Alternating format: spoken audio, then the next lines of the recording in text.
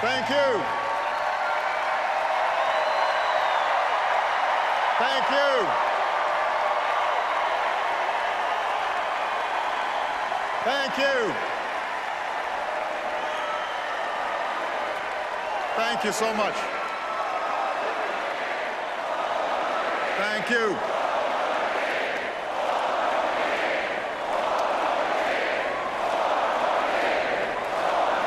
Thank you so much. Thank you. Thank you very much, everybody. Thank you. Michelle, I love you so much. A few nights ago, everybody was reminded just what a lucky man I am.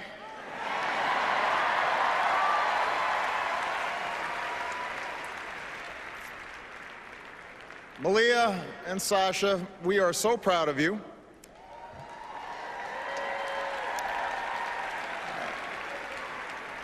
And yes, you do have to go to school in the morning.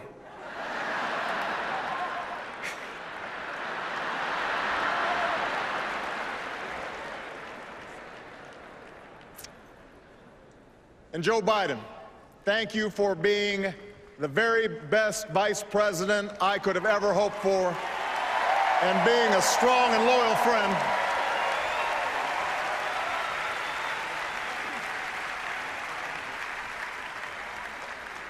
Madam Chairwoman, delegates, I accept your nomination for President of the United States.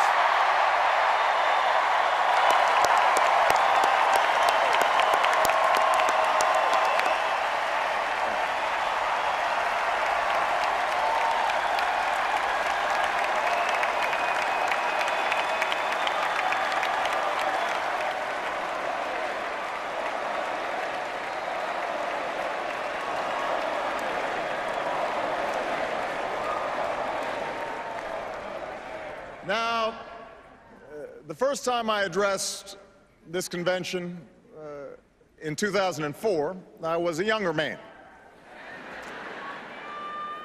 A Senate candidate from Illinois who spoke about hope.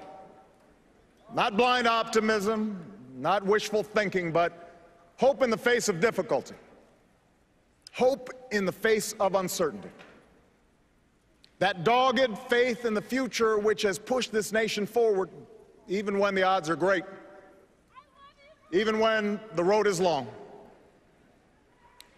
8 years later, that hope has been tested by the cost of war, by one of the worst economic crises in history, and by political gridlock that's left us wondering whether it's still even possible to tackle the challenges of our time.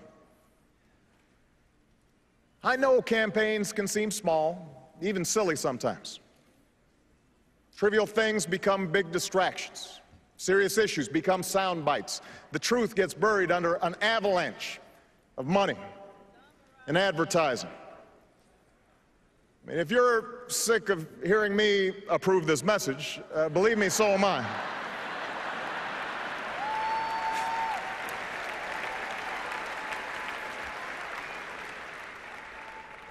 But when all is said and done, when you pick up that ballot to vote, you will face the clearest choice of any time in a generation.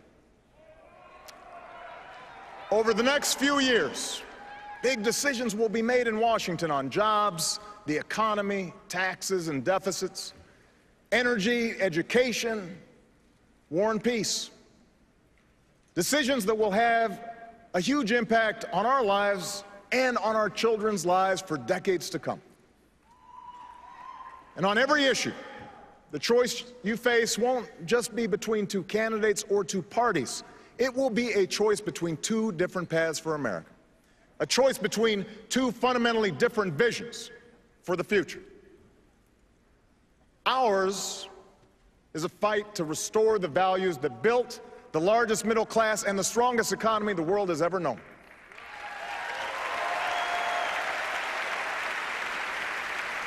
The values my grandfather defended as a soldier in Patton's army. The values that drove my grandmother to work on a bomber assembly line while he was gone. They knew they were part of something larger. A nation that triumphed over fascism and depression. A nation where the most innovative businesses turned out the world's best products, and everyone shared in that pride and success, from the corner office to the factory floor. My grandparents were given the chance to go to college, buy their own home, and fulfill the basic bargain at the heart of America's story. The promise that hard work will pay off, that responsibility will be rewarded, that everyone gets a fair shot, and everyone does their fair share, and everyone plays by the same rules, from Main Street to Wall Street to Washington, D.C.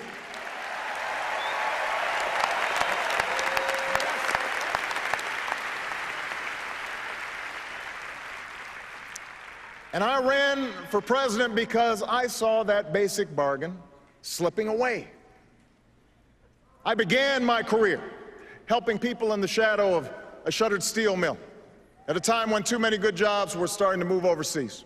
And by 2008, we had seen nearly a decade in which families struggled with costs that kept rising, but paychecks that didn't.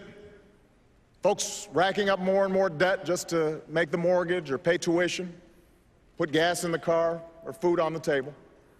And when the house of cards collapsed in the Great Recession, millions of innocent Americans lost their jobs, their homes, their life savings, a tragedy from which we're still fighting to recover. Now, our friends down in Tampa at the Republican convention were more than happy to talk about everything they think is wrong with America, but they didn't have much to say about how they'd make it right. They want your vote, but they don't want you to know their plan.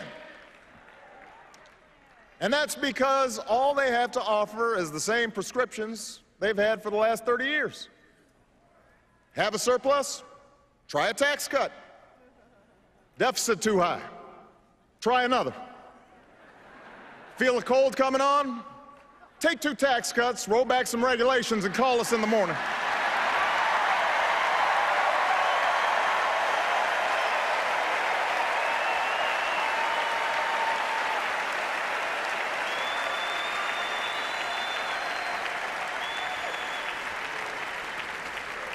Now, I've cut taxes for those who need it. Middle-class families, small businesses.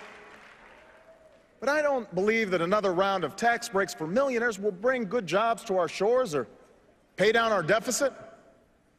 I don't believe that firing teachers or kicking students off financial aid will grow the economy or help us compete with the scientists and engineers coming out of China. After all we've been through, I don't believe that rolling back regulations on Wall Street will help the small businesswoman expand or the laid-off construction worker keep his home. We have been there. We've tried that, and we're not going back. We are moving forward, America.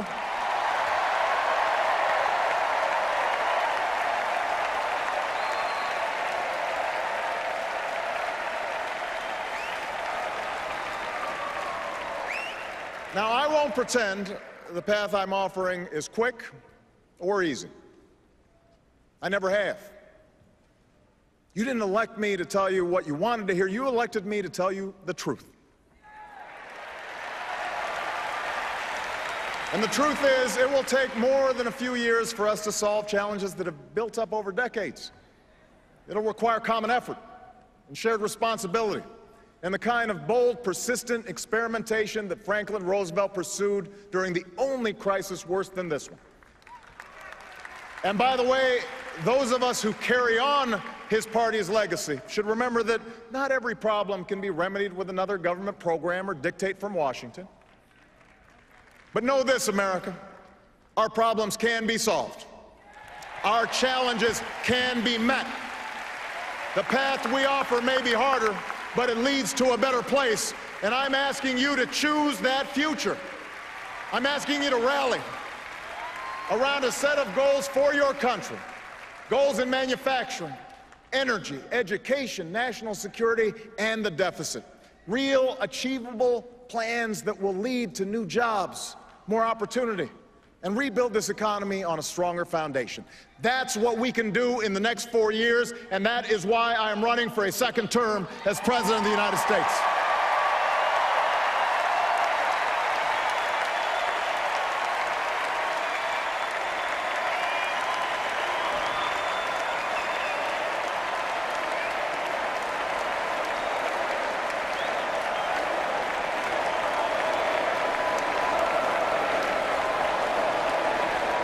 We can choose a future where we export more products and outsource fewer jobs. After a decade that was defined by what we bought and borrowed, we're getting back to basics and doing what America's always done best. We are making things again. I've met workers in Detroit and Toledo who feared they'd never build another American car. And today they can't build them fast enough because we reinvented a dying auto industry that's back on the top of the world.